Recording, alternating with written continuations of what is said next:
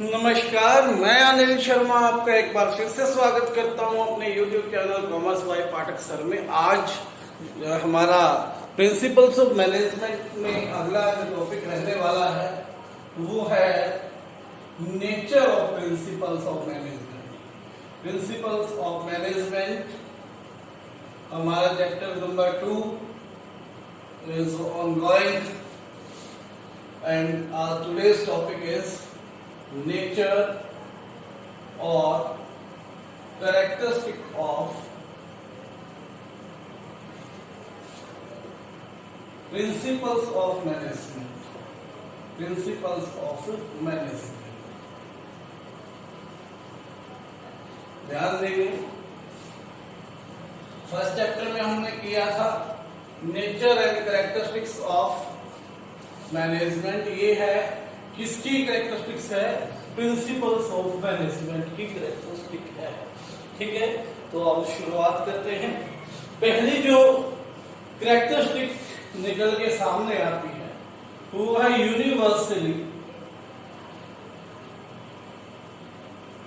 Applicable.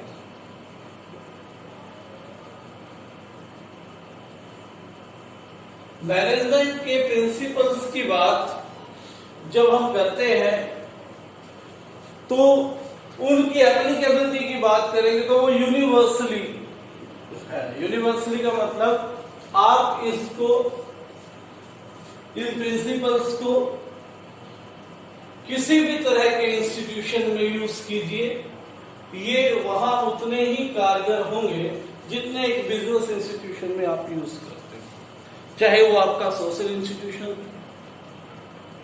चाहे आपका एक टीम है जो खेल के मैदान में खेलती है, या फिर किसी तरह का रिलीजियस इंस्टीट्यूशन है। ठीक है, सभी तरह की ऑर्गेनाइजेशंस में हर लेवल पर क्या एप्लीकेबल होते हैं? प्रिंसिपल्स ऑफ मैनेजमेंट एप्लीकेबल होते हैं। तो इसलिए आप बिल्कुल आसानी से लिख सकते हो कि यूनिवर्सली क्या है? एप्लीकेबल है। ठीक है, बात समझ में आ गई। चाहे बिजनेस बड़ा हो छोटा हो, ठीक है, बहुत बड़ा है तो ज्यादा प्रिंसिपल्स एप्लीकेबल करने पड़ेंगे, छोटा है तो कुछ कॉमन प्रिंसिपल्स एप्लीकेबल करने पड़ेंगे। तो बिजनेस का साइज बड़ा छोटा हो, बिजनेस की टाइप कोई और हो, ठीक है, या हम कहें रिलीजियस या सोशल इंस्टीट्यूशन हो, या फिर किसी खेल का मैदान हो, कोई टीम में आपने काम करना है, तो जहां पर एक टीम बन जाती है, जहां पर एक ग्रुप बन जाता है, वहीं पर क्या हो जाते हैं? आपके प्रिंसिपल्स जो है एप्लीकेबल हो जाते हैं। ठीक हो गई बात? क्लियर हो गई? दूसरा,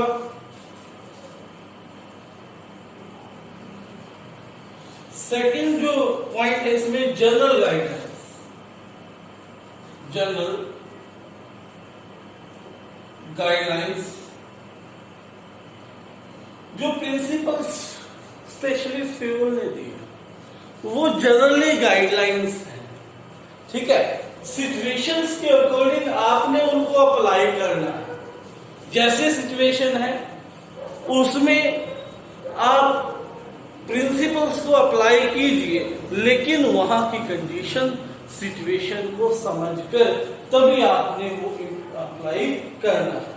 ठीक है, एग्जाम्पल के तौर पे यदि मैं कहूं कि यदि दो डिपार्टमेंट्स के बीच में मैनेजर्स की लड़ाई हो जाए, किसी तरह का कॉन्फ्लिक्ट हो जाए, ठीक है, तो उन दोनों के कॉन्फ्लिक्ट से ऑर्गेनाइजेशन का किसी तरह से ऑब्जेक्टिव पे इफेक्ट ना पड़े। ना एग्जांपल सेट कर रहा हूं मैं यहां पर, आपको समझाने की कोशिश कर रहा हूं। कैसे? मान लो प्रोडक्शन मैनेजर और सेल्स मैनेजर दोनों के बीच में लड़ाई, किसी तरह का कॉन्फ्लिक्ट हो गया। अब आप उनके सीनियर मैनेजर, ठीक है, तो आपने वहां पर क्या देखना है कि इन दोनों की पर्सनल कॉन्फ्लिक्ट की वजह से ऑर्गेनाइजेशन की ऑब्जेक्टिव्स पे किसी तरह का क्या नहीं पड़ना चाहिए? इम्पैक्ट नहीं पड़ना चाहिए। जब मैनेजर ये इस तरह से सोचेगा तो डेफिनेटली वो प्रिंसिपल अप्लाई करेगा।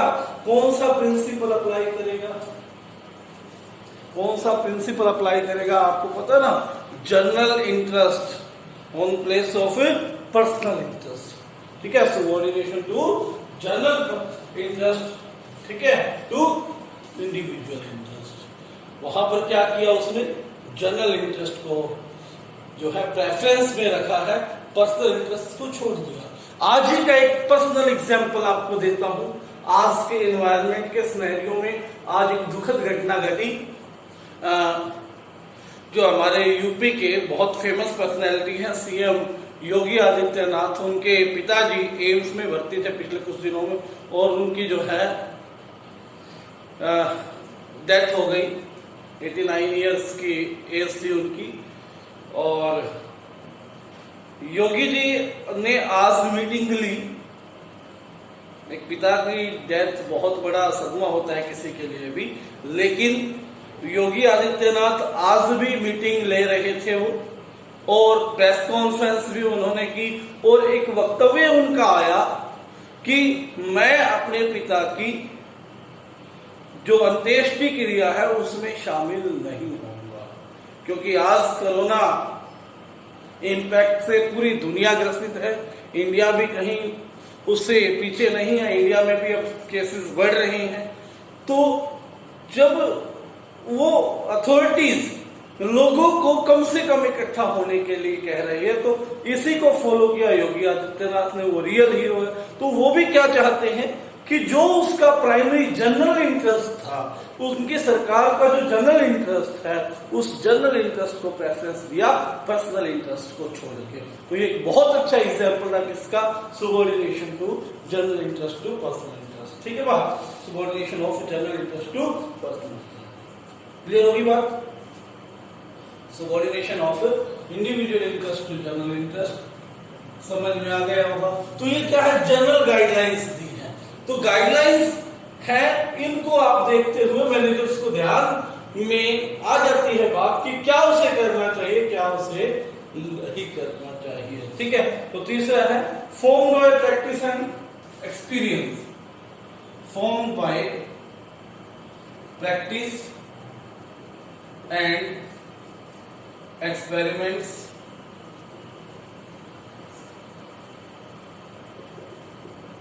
ठीक है। आपको तो हमने एक डिफरेंस किया था जब टेलर और फ्योल में, तो वहां पर कहा था कि जो फ्योल थे वो प्रैक्टिशनर थे और टेलर साइंटिस्ट थे। उन्होंने प्रैक्टिस के आधार पर अपने सिद्धांत दिए थे टॉप लेवल मैनेजमेंट के। इन्होंने क्या किए थे, टेलर ने एक्सपेरिमेंट्स किए।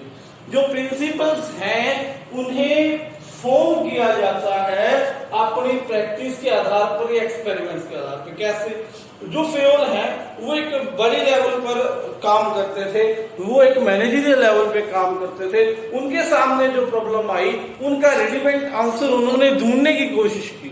जब बार बार उनका आंसर सेम रहा, बार बार आने वाली समस्याओं का आंसर सेम था, तो उन्होंने क्या किया, इसकी प्रैक्टिस के आधार पर, अपनी प्रैक्टिस के आधार पर उसको प्रिंसिपल बना दिया। ठीक है ना बात? ऐसा उसको लगा होगा जैसे यूनिटी ऑफ कमांड एक प्रिंसिपल दिया उन्होंने कि डुअल सबऑर्डिनेशन नहीं होनी चाहिए। तो जब उन्होंने देखा होगा कहीं ना कहीं ये प्रॉब्लम आई होगी कि कुछ वर्कर्स कंफ्यूज होते होंगे जब उनको दो जनों से ऑर्डर मिले और वो अपना काम नहीं कर पा रहे होंगे, कहीं ना कहीं स्ट्रेस में होंगे। तो ये सारी की सारी जब उन्होंने देखी बात, तब उन्होंने क्या किया, एक व्यक्ति को एक के अंदर छोड़ दिया कि उसको उसी की बात माननी है। जब ये चीज उन्होंने एक दो बार की, प्रैक्टिस में लाए, तो प्रैक्टिस के आधार पर उन्होंने क्या किया, प्रिंसिपल बना दिया, यूनिटी ऑफ कमांड। जबकि दूसरे एक्सपेरिमेंट्स के आधार पर बनाने वाले कौन थे? Taylor, F W Taylor, Frederick Winslow Taylor. उन्होंने क्या किया, जैसे उन्होंने एक प्रिंसिपल दिया था, फैटिग्यू स्टडी टेक्निक दी थी। उन्होंने एक्सपेरिमेंट्स किया कि कितने टाइम में एक व्यक्ति, एक पर्सन जो वर्कर है वो थक जाता है, कितने टाइम में वो स्ट्रेस फील करता है, उसके स्ट्रेस को रिड्यूस करने के लिए कितनी बार और कितने ड्यूरेशन के उन्हें क्या देने चाहिए, गैप देने चाहिए, ब्रेक देने चाहिए। तो वो एक्सपेरिमेंट्स के आधार पर कभी उसने स्टॉपवॉच देख के टाइम स्टडी की, कभी कैमरे के द्वारा मोशन स्टडी की। तो उन्होंने तो एक्सपेरिमेंट्स किए थे। तो इसीलिए इसको कहा गया कि ये प्रिंसिपल्स जो है वो फॉर्म किए गए किसके आधार पर, एक्सपेरिमेंट्स और प्रैक्टिस के आधार पर। ठीक है। फोर्थ, ये प्रिंसिपल फ्लेक्सिबल है। ठीक है। नेचुरल साइंस की तरह जो ये प्रिंसिपल्स हैं रिजिड नहीं है, ये क्या है, फ्लेक्सिबल है। कैसे है? अब मान लो यहां पर लोग क्या सोचते हैं कि कुछ सेविंग करनी चाहिए, we need to save something, और अमेरिका में लोग क्या चाहते हैं कि हमारा लिविंग स्टैंडर्ड अच्छा होना चाहिए मौजूदा। तो दोनों जगह की अपनी अपनी सोच है, अलग अलग सोच रखने वाले व्यक्तियों का अलग अलग बिहेवियर है, और अलग अलग तरह के बिहेवियर को अलग तरह से डील आपको करना पड़ेगा। तो आपको सिचुएशन के अकॉर्डिंग क्या करना पड़ेगा, अपने प्रिंसिपल्स को अप्लाई करना पड़ेगा। जैसे जैसे ह्यूमन बिहेवियर चेंज होगा, इन प्रिंसिपल्स को भी क्या करना पड़ेगा, आपको मॉडिफाई करना पड़ेगा। क्योंकि मैंने कहा था ये सॉफ्ट साइंस है। ठीक है, ये क्या है, सॉफ्ट साइंस है, और सॉफ्ट साइंस है इसलिए ह्यूमन बॉडी के, ह्यूमन रिसोर्स के बिहेवियर पर डिपेंड है। जैसे जैसे ह्यूमन बिहेवियर चेंज होगा, हमें इन प्रिंसिपल्स को भी क्या करना पड़ेगा, मॉडिफाई करना पड़ेगा। ठीक है ना बात? तो जैसे एग्जांपल के लिए कहा कि कंसंट्रेशन, सेंट्रलाइजेशन एंड डिसेंट्रलाइजेशन, आपने एक प्रिंसिपल पढ़ा था। सेंट्रलाइजेशन और डिसेंट्रलाइजेशन में क्या था भाई, बैलेंस होना चाहिए। ठीक है।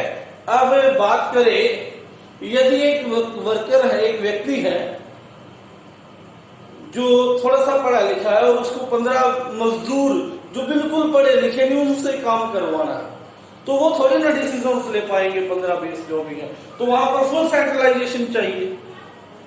एक साइंटिस्ट लैब है, ठीक है, वो हर कोई अपने आप में क्या है, एक तरह का पूरी तरह से स्पेशलिस्ट है, उसके पास स्किल है। जहां पर साइंटिस्ट बैठते हैं ना, रिसर्च लैब है, हर साइंटिस्ट अपने आप में पूर्ण है, उसके पास स्किल है।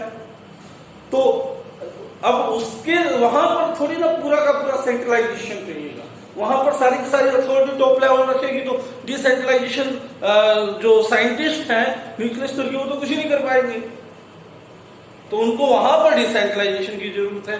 तो आपको देखना पड़ेगा सिचुएशन कैसी है, कंडीशन कैसी है, उसके आधार पर फ्लेक्सिबिलिटी सिद्धांत को, आपने प्रिंसिपल को क्या करना है, अप्लाई करना है। इसीलिए हम क्या कहते हैं, ये क्या है, फ्लेक्सिबल।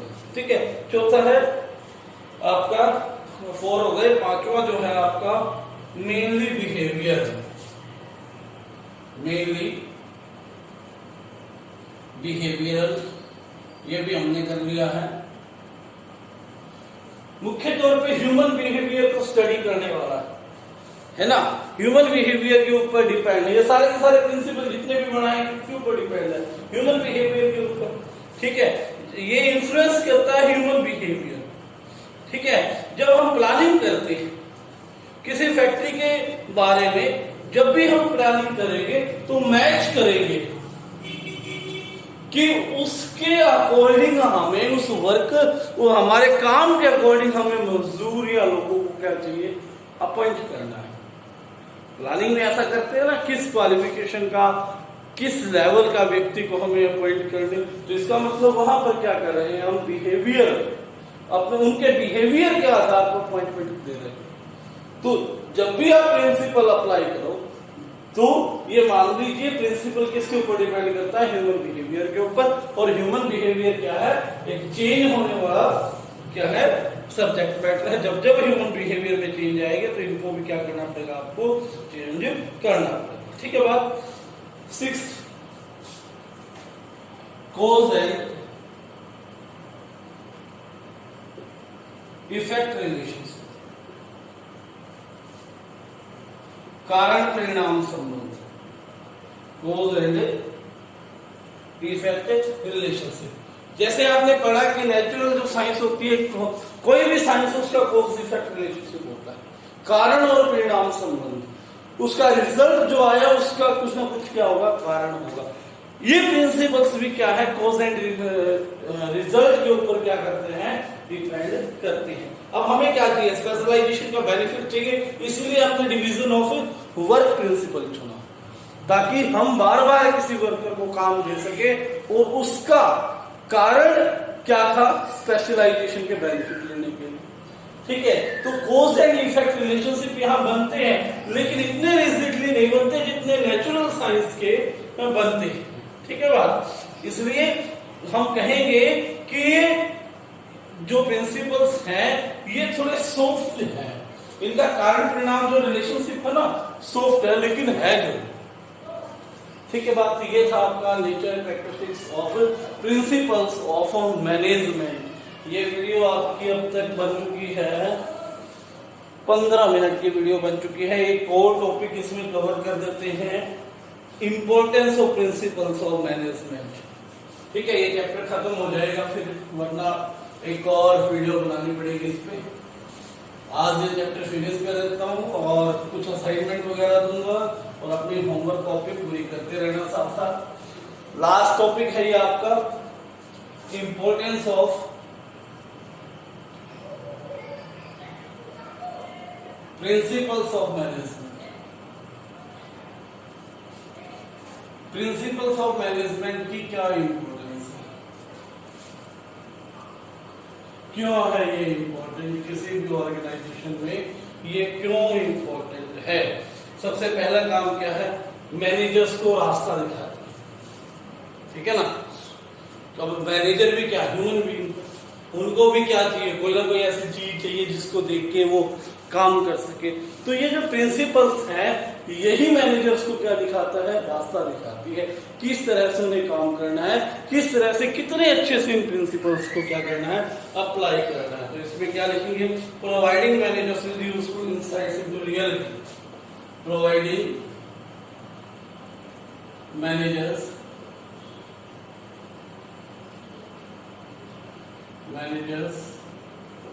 into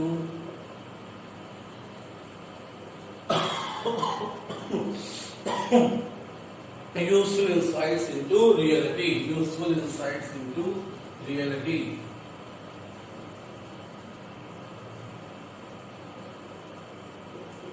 जैसे कि मैंने कहा कि मैनेजर्स भी क्या है, ह्यूमन बीइंग्स है। इन मैनेजर्स को भी क्या करना पड़ेगा, अपने जो है नॉलेज में ऐड करना पड़ेगा, अपनी स्किल्स को इंक्रीज करना पड़ेगा, एबिलिटी को इंप्रूव करना पड़ेगा। और वो अपनी नॉलेज को इनहांस, एबिलिटी को इंप्रूव कैसे कर सकते हैं, इन प्रिंसिपल्स की नॉलेज को प्राप्त करके और एनवायरनमेंट के साथ अपनी कंडीशंस जो है वहां पर उस उन कंडीशन में कितने अच्छे से इन प्रिंसिपल्स को क्या कर सके अप्लाई कर सके। यही बात उनमें क्या कर सकती है, ये बात डाल सकती है कि वो अपनी जो प्रिंसिपल्स का यूज जो है उसको रियलिटी में जो वो चाहते हैं उसको कन्वर्ट करने के लिए कितने अच्छे से क्या कर सकते हैं, यूज कर सकते हैं। ठीक है, कि प्रिंसिपल्स जो हैं वो एक फैक्ट्री के अंदर जब आप अप्लाई करोगे तो आपको जो आपने नॉलेज एक्वायर किया है प्रिंसिपल्स के बारे में उसी को क्या करना है, आपने अप्लाई करना है। तो ये चीज याद रखनी है। सेकंड जो रहेगा optimum utilisation of resources. Optimum utilisation of resources एक ये ऐसा पॉइंट है जो पूरी मैनेजमेंट में, ठीक है, आप कहीं भी इसको फिट कर सकते हो। इंपॉर्टेंस के केस में हर जगह ये फिट होता है, क्योंकि हम मैनेजमेंट क्यों कर रहे हैं, रिसोर्सेज को क्या करने के लिए, ऑप्टिमली यूज करने के लिए। आपको पता है एक ये फर्म के अंदर दो तरह के रिसोर्स होते हैं, एक ह्यूमन रिसोर्स और एक नॉन ह्यूमन रिसोर्स। ठीक है ना, दो तरह के रिसोर्स है, एक ह्यूमन रिसोर्स है, दूसरा कौन सा, non human resource. Human resource इस तरह से काम करे कि जो नॉन ह्यूमन रिसोर्स है, जो फिजिकल रिसोर्स है, उसको बेस्ट यूटिलाइज कर सके। और उस ह्यूमन वर्क कैसे करेंगे, ह्यूमन जो रिसोर्स है वो किस तरह से बेस्ट काम कर सकते हैं, इन प्रिंसिपल्स के दायरे में रहते हुए। और प्रिंसिपल का दायरे में कौन रखेगा, मैनेजर्स रखेंगे। यानी कि मैनेजर्स जितने अच्छे से इन प्रिंसिपल्स को अप्लाई करेगा उतने अच्छे से मैनेजर्स अपने जो है टारगेट्स को अचीव कर सकते हैं और efficiently and effectively cost effective way से अपने टारगेट्स को अचीव करेंगे। ठीक है, तो क्या हो जाएगा आपका ऑप्टिमम यूटिलाइजेशन ऑफ रिसोर्सेज आपको मिल जाएंगे, यानी कि रिसोर्सेज के ज्यादा से ज्यादा क्या होंगे कि आप यूटिलाइज कर सकेंगे। ठीक है, थर्ड पॉइंट है साइंटिफिक डिसीजन। साइंटिफिक डिसीजन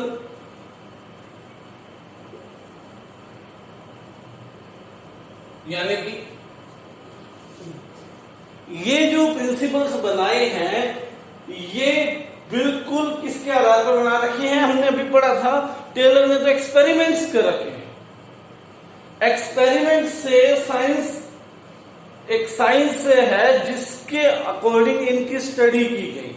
एक एक प्रिंसिपल को टेलर ने कई कई बार एक्सपेरिमेंट कर रखा है और वो आपको रेडीमेड मिल रहे हैं पढ़ने के लिए। जब आप इनको पढ़ते हो तो इनके आधार पर जब आप डिसीजन लेते हो तो आपके डिसीजन किस तरह के होंगे, साइंटिफिकली प्रूव्ड होंगे। साइंटिफिकली जो है प्रोसेस से उसको आप क्या कर सकोगे, अप्लाई कर सकोगे। ठीक है, इसलिए क्या है साइंटिफिकली डिसीजन है। ठीक है, ऑब्जेक्टिव को अचीव करने के लिए ये डिसीजंस जो है लिए जा सकते हैं, इसलिए हम कह सकते हैं साइंटिफिक डिसीजन। चौथा पॉइंट है meeting changing environment requirements. Meeting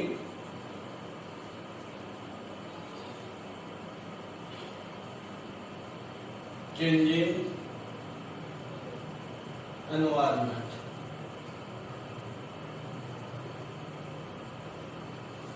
ठीक है, मीटिंग चेंजिंग एनवायरमेंट रिक्वायरमेंट्स।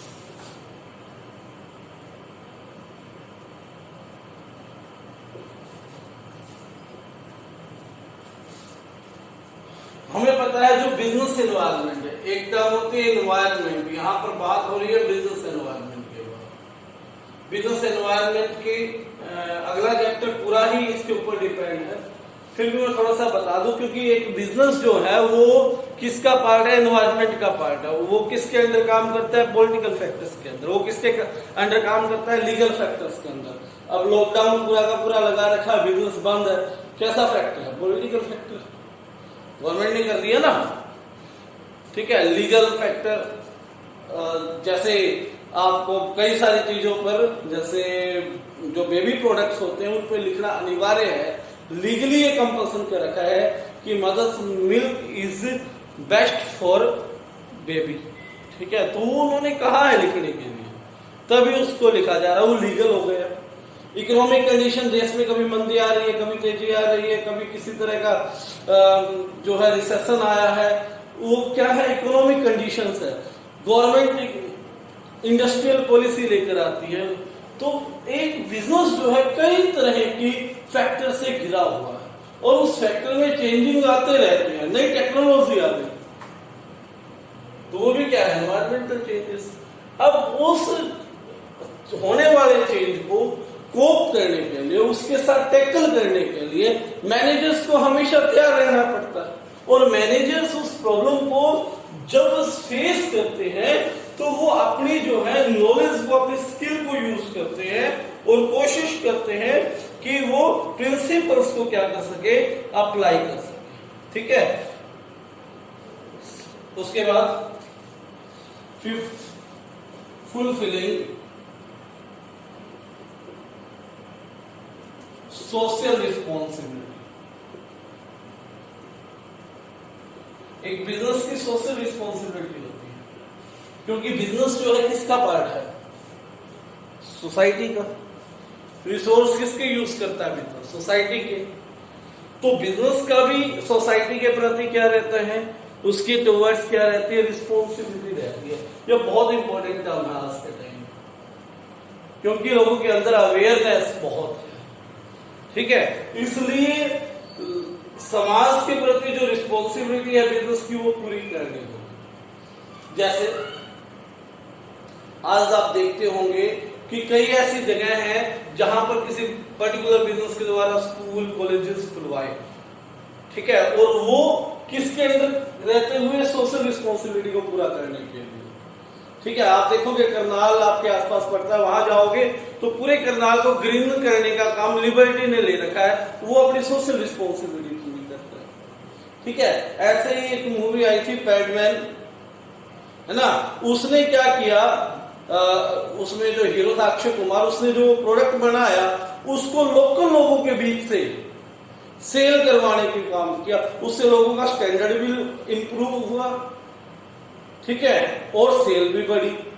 तो जब लोगों के लिविंग स्टैंडर्ड के लिए काम किया तो वो क्या करेंगे, सोशल रिस्पॉन्सिबिलिटी को पूरा करने का काम करते हैं, ठीक है ना। ऐसे ही एक थी लज्जत पापड़, वो भी इसी तरह की कंपनी थी, उन्होंने भी छोटे छोटे घरों में वो काम करने के लिए दी और फिर वो इतने फेमस हो गए कि उसको एक्सपोर्ट होने लग गया इंग्लैंड और ऑस्ट्रेलिया तक, ठीक है। तो ये सारी की सारी जो चीजें हैं ये किसके लिए होती है, सोशल रिस्पॉन्सिबिलिटी को पूरा करने के लिए, और ये तभी पॉसिबल है जब क्या हो, प्रिंसिपल्स के बारे में अवेयरनेस हो।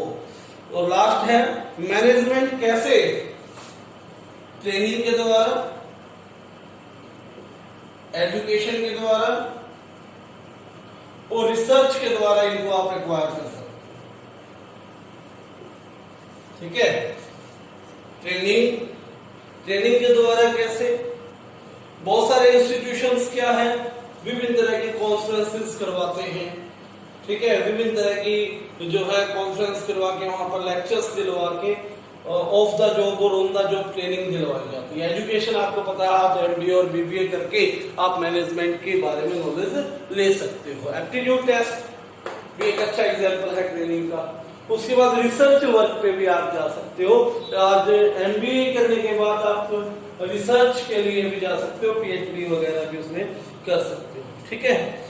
तो रिसर्च करके आप नए अपने जैसे टेलर ने दिया अपने सिद्धांत भी इसमें ऐड ऑन कर सकते हो।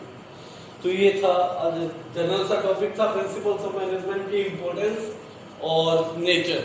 तो आज ये लास्ट था, प्रिंसिपल्स ऑफ मैनेजमेंट जो चैप्टर है वो आपका ओवर हो गया।